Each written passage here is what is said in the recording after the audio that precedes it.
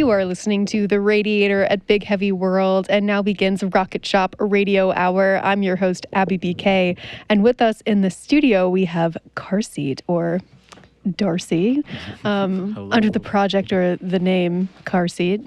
This is true. Yes, this is true, but we'll be referencing you, I guess, as Darcy. Yeah, that works. So welcome to the space. It's great to have you. Thank you. Thanks for having me. Yeah.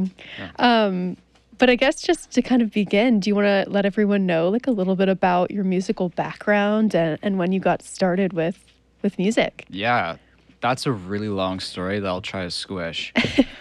I guess music has run in a good amount of my family. And so from a young age, I was pretty exposed to just the notion of not only is listening to music awesome, but you can also play it, which is super cool. And my parents really wanted me to try out guitar. I think there was some sort of a raffle they won or something. And so I got these group guitar lessons, and from there it kind of started to brew. And I had a really great, really chill guitar teacher in like the 6th grade, and he got me really into just enjoying music. And I think that's really where it all just started to catch. I was in a band in middle school, and then I was in a band in high school that was driven by, now I see him as like chosen family, and it's just like been this melding pot of people that I really appreciate and enjoy being around, and we also create music, so it's just this super multifaceted thing that I love about life. Yeah. And so you play a few instruments. I do. When did you start actually writing original music? Well, in a literal sense, my first song I wrote when I was probably 4, and I remember this. It was called Blueberry. And classic. It was so dissonant and so dumb. It was amazing. I could demo it for you now if you want. Oh, the song goes on forever sure. and ever, but it's mainly just...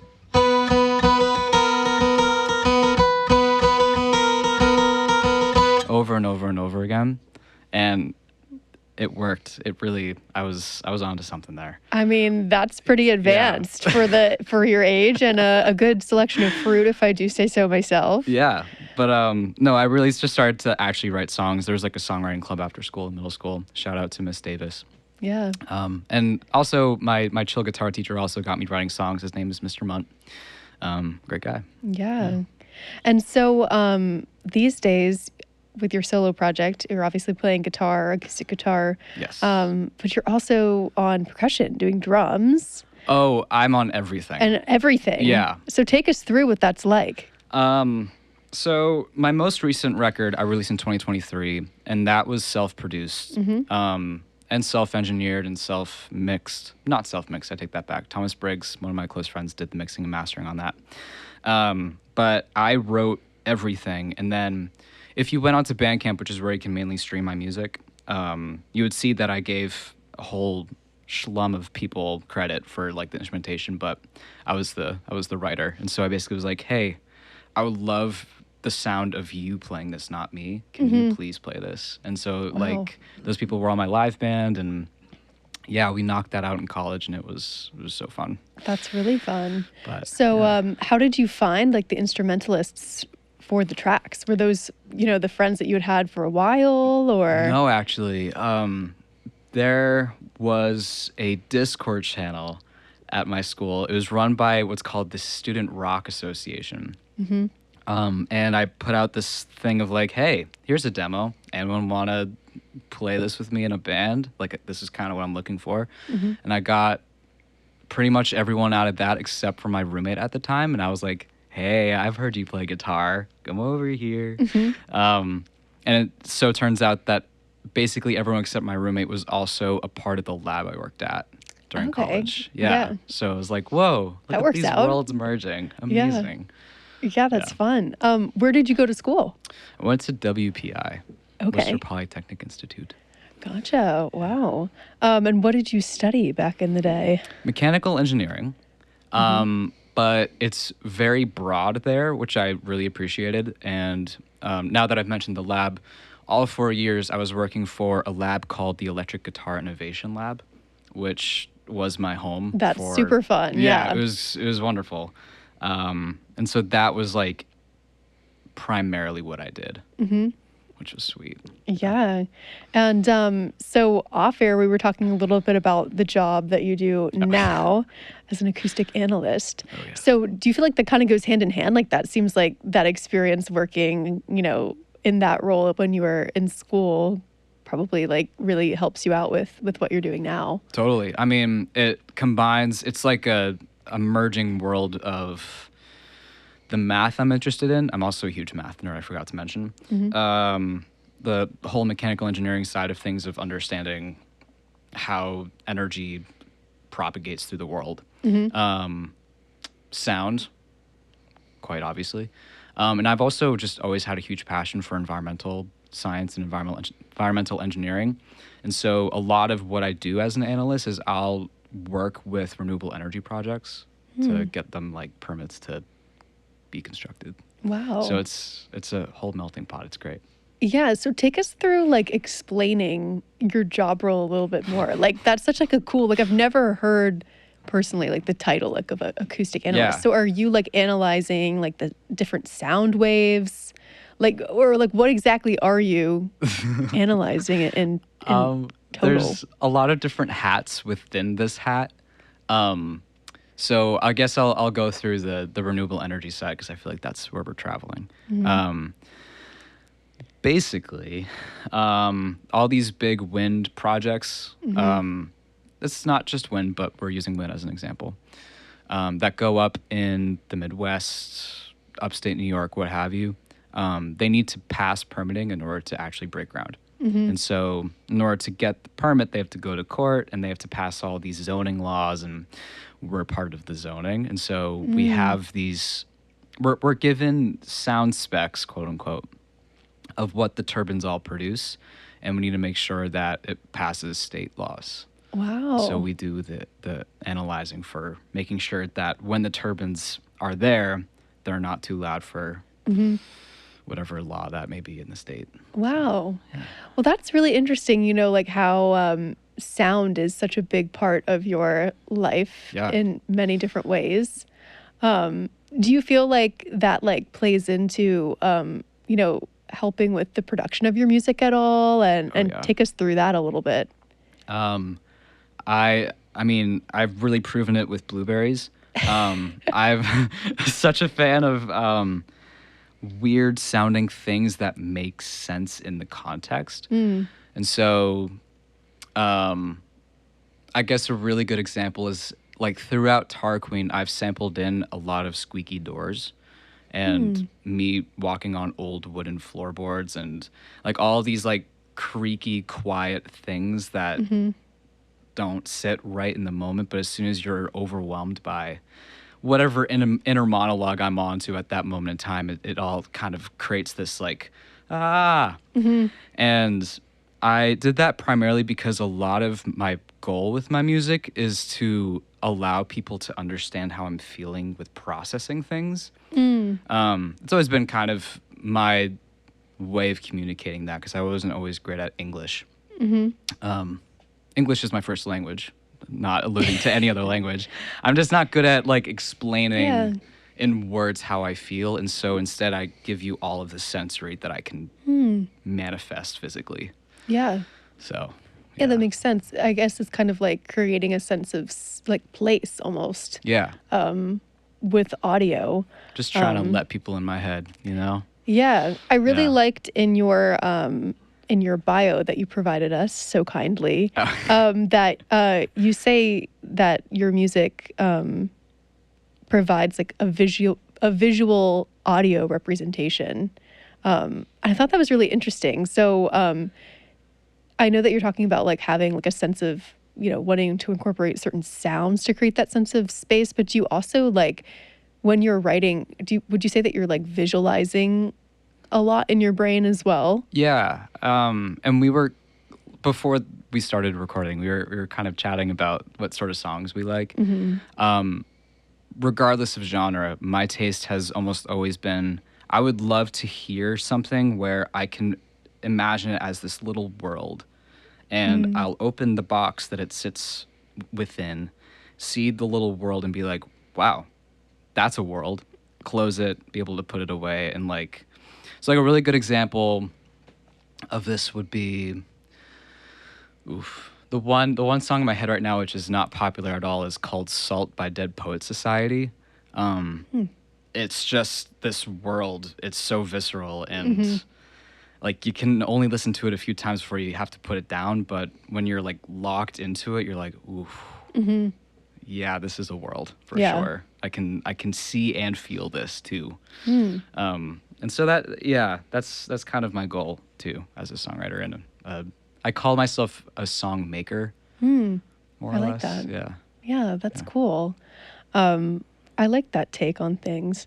Thanks. Well, we would love to hear one of your first songs and be immersed into one of your worlds. So what have you got for us?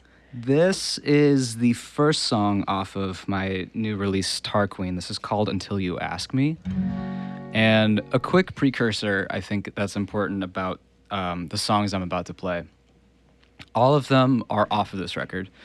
I do have new music, but I thought, if I'm performing all of these together, might as well have it be a nice storytelling package. Yeah. This record is a concept album that's all chronological. And it's about me processing a relationship that kind of turned sour, for lack of better words. And so this song was written to my ex's sister because we're no longer talking, and it kind of hurts a lot. So this is like, hey, I'll never be able to tell you this in person, but I'm hoping like some sort of extraterrestrial signal can go across this country and like tell you to come listen to this and then maybe talk to me, maybe, because I miss you. Yeah, this is called Until You Ask Me.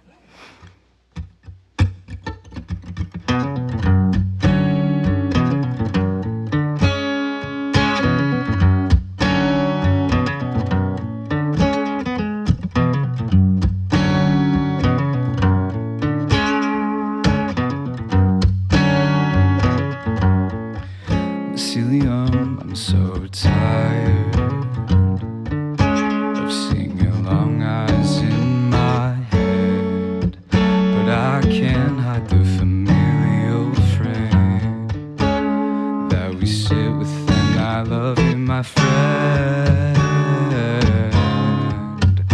but every crumb of me slithers away. I'll never confess the truth in prose.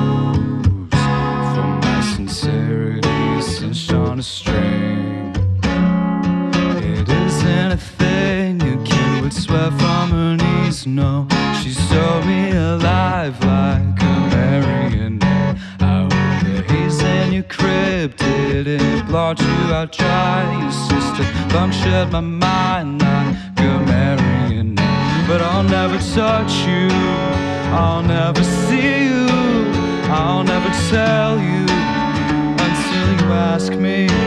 I'll never touch you, I'll never see you, couldn't separate you until you ask me.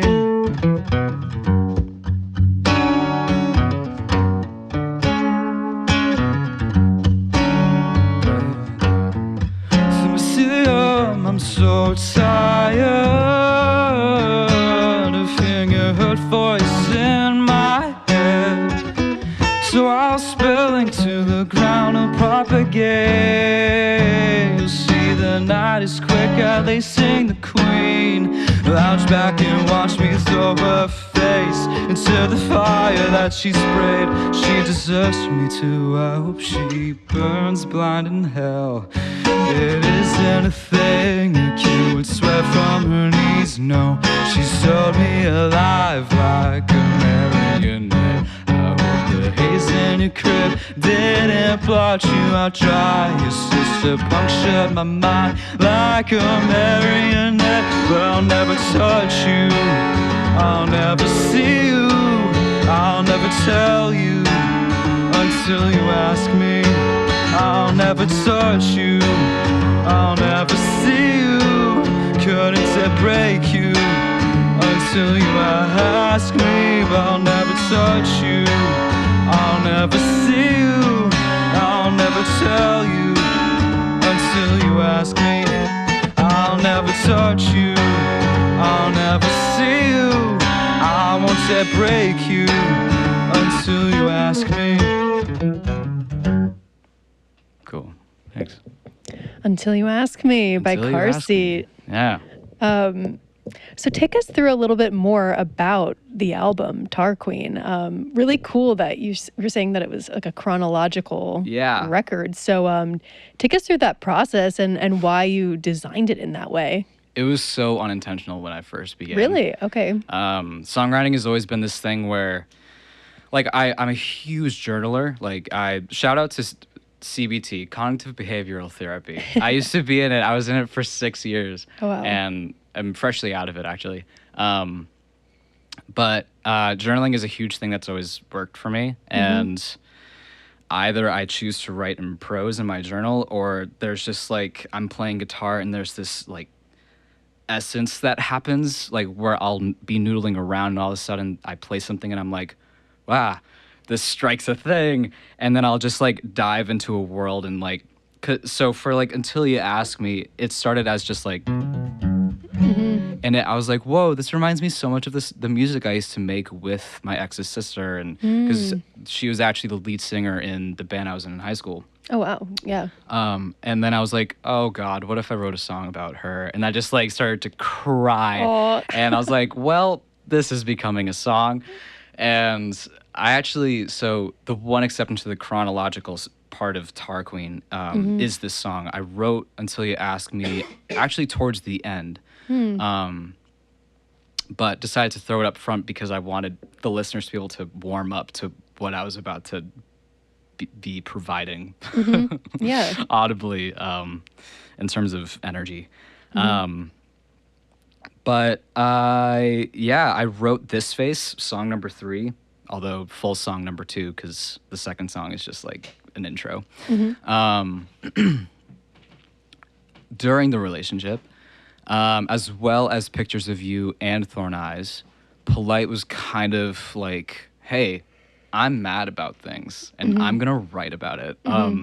Mind you, all of this record is, but mad at the relationship in particular. And then started writing I'd Kill to Step on Your Neck, which is a song I'm about to play next. A few months after, and that one was in pure reaction to me getting in touch with now one of my best friends, and who was one of my ex's best friends at the time, who I was still really close with. They were also in a band that I was in high school. I was in like 6 bands. Yeah, I was about to say, you got around in high school. You were busy. Around. I wear a lot of hats in general. Awesome. Yeah. But yeah, a lot of these were reactionary, and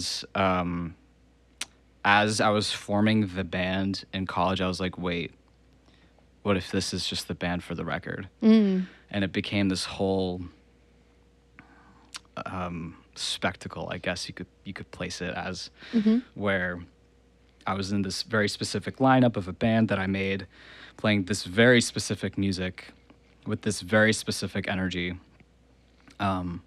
like wearing different clothing than I am now, like not clothing that is mine. It's very much like almost like I was in costume, and it was interesting. I'm glad I'm not in that era anymore, but I don't mean that in a bad way. I'm very fortunate that happened. It helped me to process everything. So. Yeah.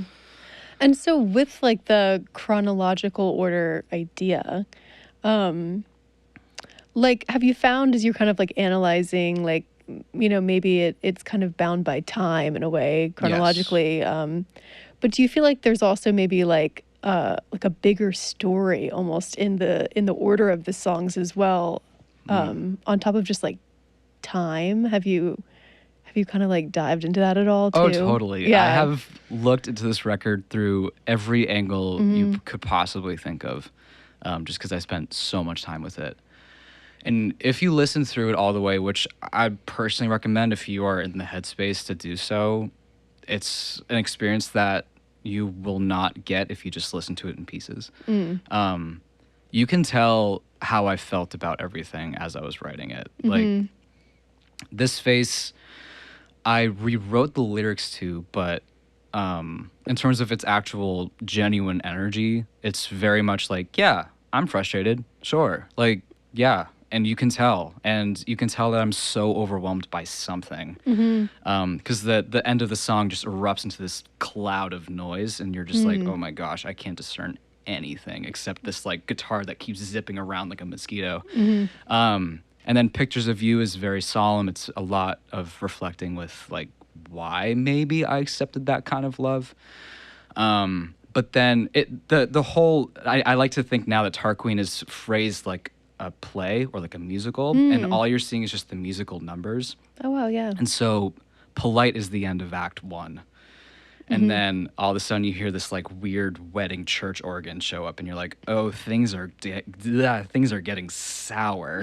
And you're just like, and then all of a sudden all of the angry songs just boil out of the pot. So you can tell that I was really angry when writing a few of those songs. And then It Fits You at the end is kind of like the ending fizzle of, that was a storm. Yeah. Here I am now. What's next?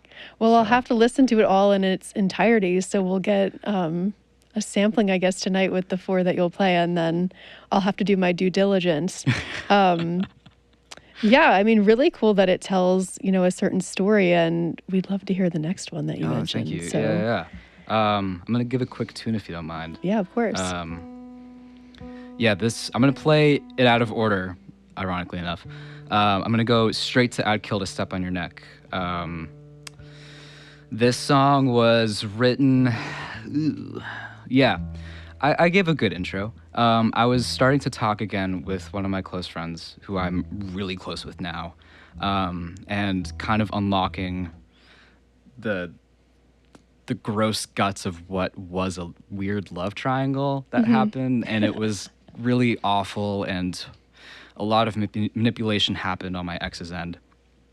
And I was just so angry because I finally processed how messed up it was, and I was like, oh my God. And so I just wrote this, and it's something. Yeah, hope you enjoy. It's called I'd Kill to Step on Your Neck.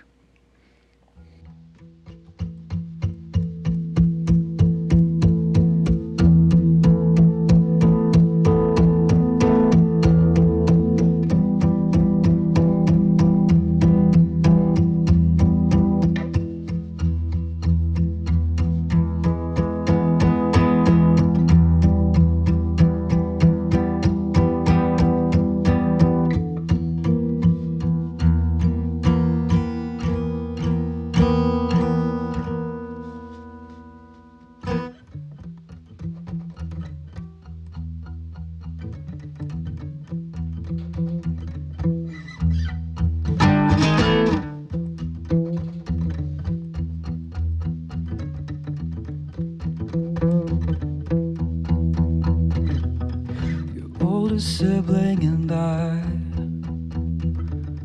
watching you brew in the ocean.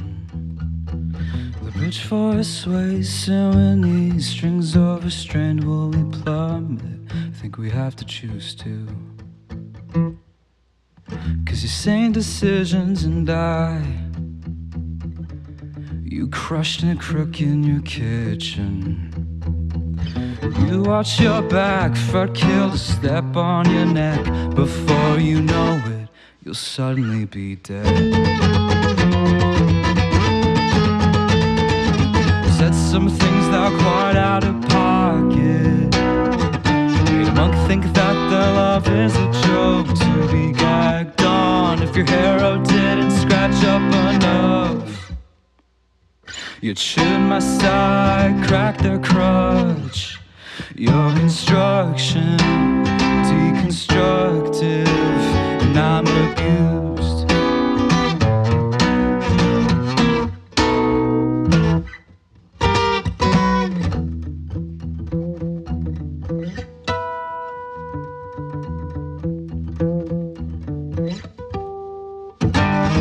If I wanted to break you, cut you off from being in Paramore, darling, I could say 5 words and you'd be in a hearse, and no one will say your name again.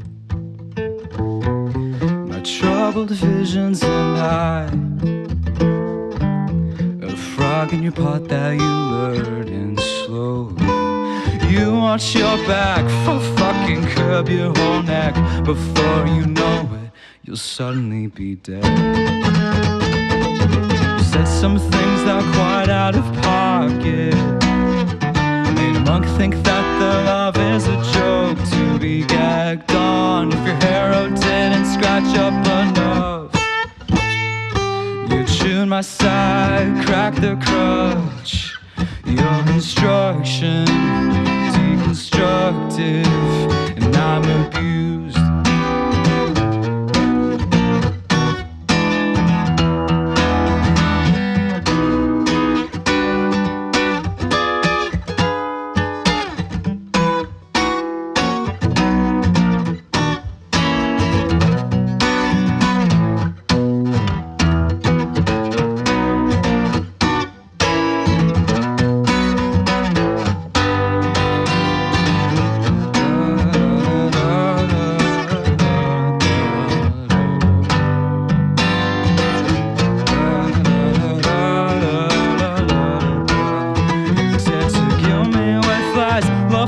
Set you on fire, and no one should ever shame me.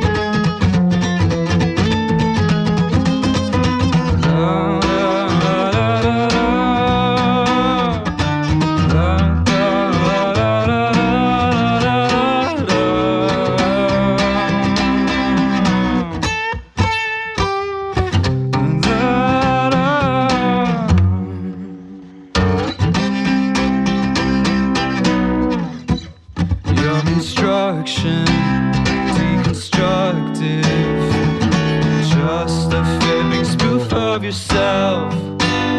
Your construction deconstructive, and I'm amused. I'd Kill to Step on Your Neck by Carseat. So I would love to kind of talk a little bit more about how like music comes to you. So I think it's really interesting that you were, mentioning how journaling is sometimes a way of, getting your thoughts out there, and then that sometimes turns into a song. Yeah, right. But what's that process? Like, do you very regularly journal? Do you feel compelled sometimes that you just have something on your mind that then, you have an inkling will turn into a song? Like, how does that process work for you? Well, my New Year's resolution was to journal once every 2 days at least. Mm-hmm. That's just not happening right now. Mm-hmm. Mainly, I journal when I ever have the chutzpah, I guess, to get up and get my book and then just write. Mm-hmm. And it's never like, I need to journal about this. Mm-hmm. That's actually quite rare. It's more or less that I just spew things. Songwriting is almost entirely different to me. I think in the case of I'd Kill a Step on Your Neck, I come up with a hook. Mm-hmm. It's more like it comes to me. Mm-hmm. Like I'll just be in my everyday life and all of a sudden I come up with this line and I'm like, whoa, what if I just centered this entire, what if I made a song out of this? And in this case, it was I'd Kill a Step on Your Neck. Mm-hmm. Because my ex is a singer and she had this whole thing where if she's never successful with her vocals that she might as well not be alive, which is so bleak. But I turned that on its head when I was really mad at her, and so I'd Kill a Step on Your Neck, because it's the vocal cords are certainly not they're preserved right there. Yeah. with that. And there's this song that I have not released yet, that I've played a few times, but I'm not going to play today just because it's so much to handle in terms of the actual guitar playing. But it's called A Roomba and Your Dog, and it's just a loop of wherever he walks, he follows his shadow, and it's just it's about my parents' elderly dog, and it's just it doesn't leave you alone, and it's just oh my gosh. And so the whole idea is just what if there was this line that just followed you everywhere and you can't get rid of it, and that sort of a thing. Yeah, so that's typically where my songwriting starts, and I'll write kind of an instrumental, and then this line will come to me and I'm like, whoa, this is perfect, and I'll suddenly just kind of mush together. Yeah. Um, Gotcha. yeah. Pulse and Sickle Cell is also kind of like that on the record. It's just like I was trying to come up with a way to associate like her thoughts or her in my brain, like my ex being her, are just like so damaging, but they're there and I can't get rid of them. And it's like, yeah, it's like a pulse in a sickled cell. Like it's not giving you anything, but there it is. Yeah.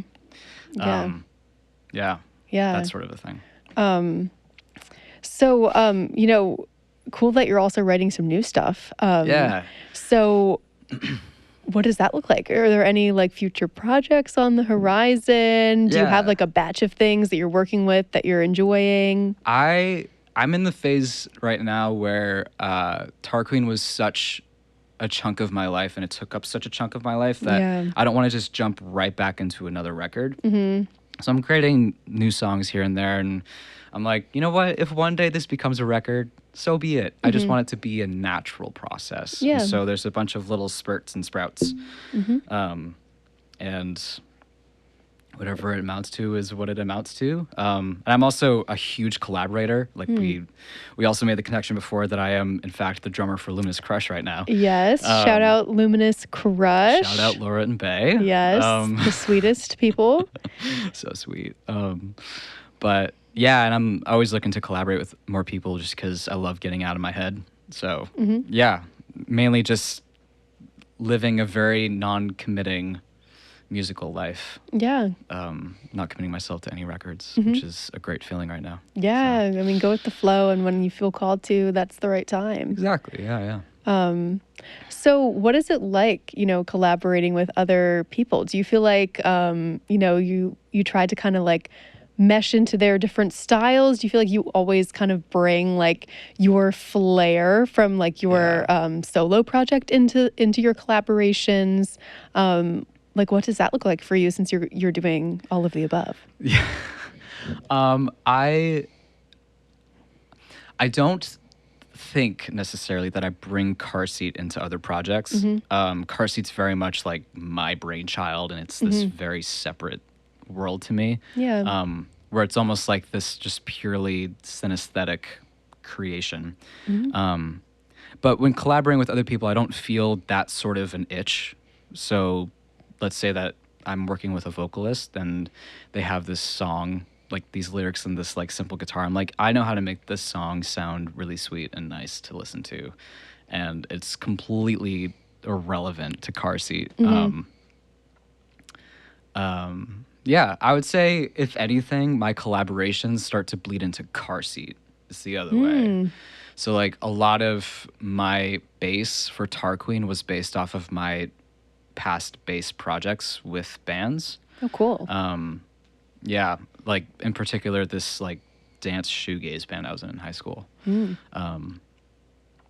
But, yeah, I'd say it's like that. Yeah, the other way around. And it's really nice to collaborate with people just because with Carseat, I get so in my head about making sure that it's accurate to what I'm experiencing and what I'm portraying in my brain, that I lose how nice it is to have a simple song. Yeah. And so with collaborating with people, it's like you have to force yourself to talk to other people and collaborate and not just have your own ideas. And so therefore it can't be your brainchild at all. Yeah. Like it has to be a different thing. Right. A shared child. Right.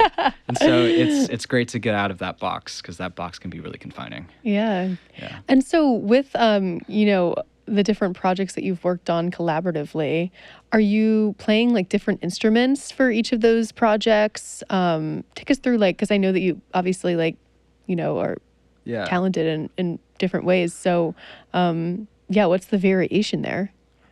Well, my most consistent project right now is Luminous Crush, which I drum for. But Bay has made very clear that we are down to just shuffle things around. And although she plays lefty guitar, like I could bring my own guitar and then she can play drums. I'm just always open to being really flexible, almost like a Johnny Greenwood from Radiohead, where I just have this like corner of the stage and it's just filled with little gadgets and instruments and stuff, and I play all of them somehow, Yeah. throughout one set. Like that's sort of what I'd like to be. If not in a lineup where everyone does that, and so we just have the same 3 instruments and we just rotate. But yeah. I also love getting creative with one instrument. So I have a huge collection of guitar pedals, and I love just Oh, cool. Yeah. making it not sound like a guitar. So a lot of, like, there's no synth on Tarquin. It's all guitar pedals, which is, it's so fun. Yeah. Very fun. Yeah. You can experiment with a lot of different sounds with those. Yeah, right. Well, we'd love to hear your third song. So, Yeah. what will that one be? We're bringing it down a little bit. Okay. Thought it would be nice to have a dynamic contrast in my little set here.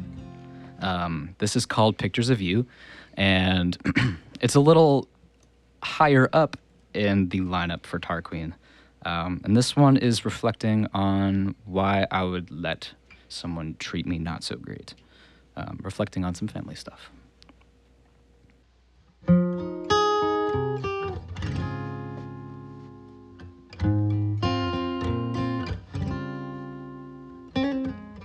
Remember Lighthouse Beach? I was 7 hoarding railroads. You threw the cards on the table at me and yelled you weren't dead. And when you found the pea on the pearl couch that I drew on, you've forgotten, but there's a scar in my chest. I'll only show you if you look at me.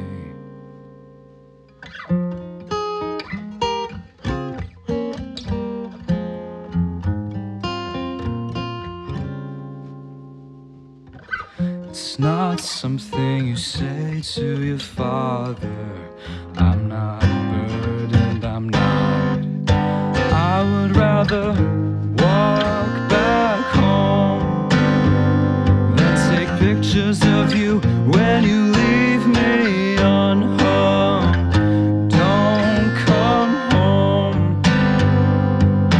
Frogs only sing when there's no one staring.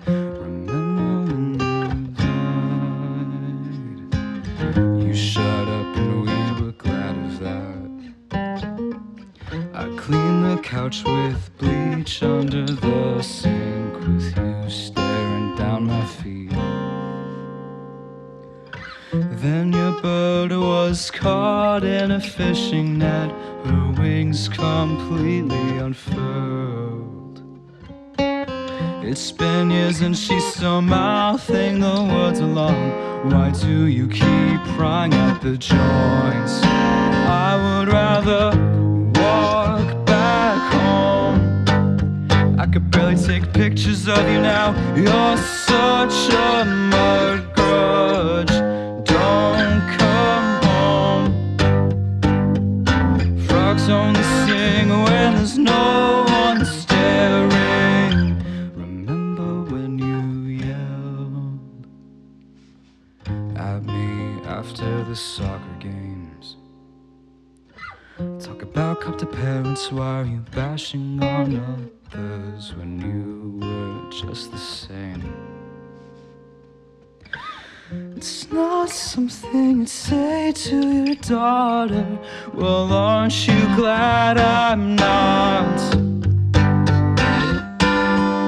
I would rather walk back home than listen to zilch as you bug at the cars on the road. Don't come home. I'll only sing when there's no one staring. Cool. Pictures of You. Pictures of You. That's it. So tell us a little bit more about like what you're up to, you know, rehearsing and playing any gigs. Yeah. What does that look like for you these days? It's fun. I'm actually having a lot of fun with it. I've decided that Carseat is just simply not ever going to be trendy, and it's just this little thing that exists now in the Upper Valley. And so I am simply just playing things for people who I think genuinely would want to hear it and benefit from it, and find the things within the songs and the music that, you know, help them through their own stuff. And so that's mainly why I'm here. Like, you reached out to me and you Yeah. seemed like you really wanted to hear what I've created, and I appreciate that so much, which is why I'm here. But yeah, like, I'll play for little coffee houses, and I played for this guy named Chad Finer, who records local artists and posts them to YouTube and some other places that I'm not sure where, but it's called like a listserv. It's like an Okay, email yeah. blast sort of a situation. Okay, yeah. It's really cool. But yeah, that's mainly what Carseat is. And then I've actually only been up here full time for about 9 months now. Okay. And so still trying to meet new people local to me that would want to play. And Yeah. I'm so happy and fortunate to have met Luna's Crush. And yeah, I'm just looking to have some fun with music and have that popularity be driven from just enthusiastically wanting it to be that way. I'm just simply, in terms of Carseat, not interested in being popular. It's Yeah. just having it be its own thing, Yeah. little world. Like, I'll burn CDs and give them to people who want them, sort of a thing. Yeah, totally. Yeah. And what is it that you would say, like, is like the main thing that you hope people, you know, get from listening to your music, or you know, what kind of like impact, I guess, would you like hope to kind of leave to the people listening? Genuinely, two things.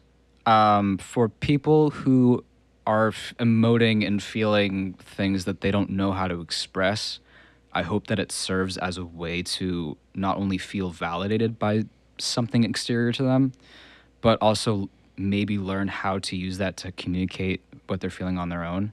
Tarquin was huge for that. I got a lot of messages from people who were like, I've never heard something like this before, and thank you so much for being so open about this. And because otherwise, to me being that person, it would have just been another album that my friend made. But like, this is like, I've been through something like this, and I've never been able to put into words like this and feel like I could be angry about it. I'm like, yeah, like that's all I want out of making something as low-key diabolical as Tarquin, is just like allowing people to validate themselves in whatever messy and sludgy emotions they're feeling. Because it's important to like be able to address those sorts of things and not just feel like you have to be happy all the time and Right. know all the answers. And then on the other side, the other thing I hope with Carseat is that for people who don't understand what it's like, maybe they can gain a slight bit more of perspective from people who are feeling similar things to me. So there's a song way back in my discography that I wrote in 2019 called Chariot.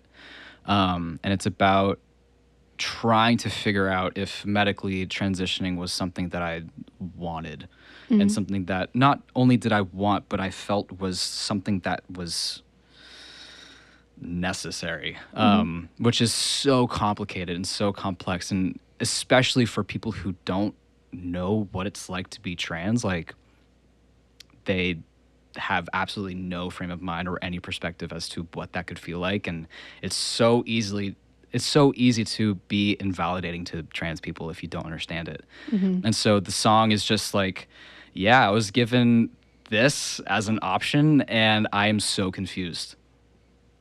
And I feel like people don't talk about the confusion enough, because people in society expect trans people to have all the answers Yeah. as to what they are. But it's like, that's never the case. Yeah. And so, you know, stuff like that. And we can only hope that that's how it's perceived. Totally. I tend to ignore the other stuff, the noisy reactions. Yeah. It's probably for the best. Well, that's awesome that you're, you know, able to feel like you're connecting with people Yeah. and that people are resonating with your Totally. music, which I know means a lot. Well, we're down to your last song of the Yeah. night. So, Whoa. yeah, what have you got? This is the single. Well, there's two singles. I take that back. The first single, oops, sorry, I bumped the mic, off of Tarquin. It's called Polite. and I released it and wrote it kind of without ever delving into whatever emotions I was feeling and being able, like, I was unable to process any of it at the time. And so this serves as like a blanket term. Whoa, here's a lot of frustration and I don't know what it is. And as I wrote the rest of the album, I was like, wow, this is like a great way to encompass everything that this album is without making it dirty and sludgy for people. Like they can get the gist without, you know, being irked by it. And so I thought it was perfect. And it's definitely a bit of a showstopper. If anyone with a lot of attention to detail has noticed, and you're about to notice, all these songs end with an abrupt stop. And it's just because with every single song of these, I've just written the whole song and was like, oh my gosh, I'm done with this, and just like basically threw it on the ground. And that's just been the motif of the entire record. There you go. Except for the last one, which makes sense. But yeah, this is Polite.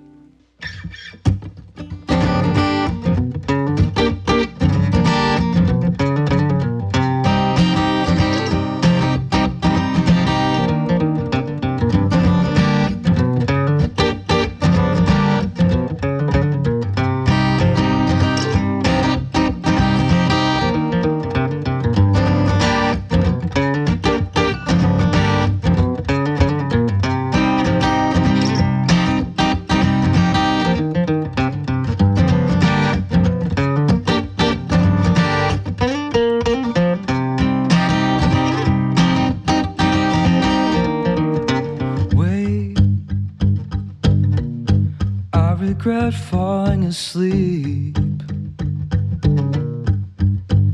I should have stayed awake for her. Shame. As a child, I'd wash the sheets so that my father could fall cozy. I'll only ever be honest as long as you could handle a joke. I wouldn't like to fly away. No one would like me. I'm so sorry I drew the attention. I'm so sorry I have a sick obsession. Oh, give me a break, give me a break, give me a break, give me a break. I'm so sorry she provoked frustration. I'm so sorry he forgot to blink. Oh, give me a break, give me a break, give me a break, give me a break. Wait, I regret falling asleep. Well, I need to stay awake for the floorboards. Shame that I took care of myself, and I someone to help me. I'm so I'll only ever be honest as long as you could handle a joke. I wouldn't like to fly away. No one would like me. I'm so sorry I drew the attention. I'm so sorry I have a sick obsession. Oh, give me a break, give me a break, give me a break, give me a break. I'm so sorry she provoked frustration. I'm so sorry he forgot to blink. Oh, give me a break, give me a break, give me a break, give me a break.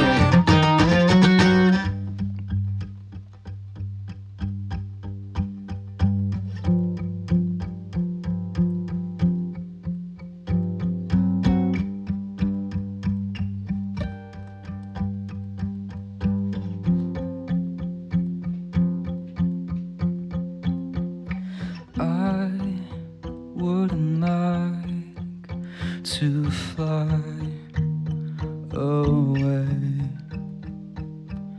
No one would like me, no, I wouldn't like to fly away. No one would like me.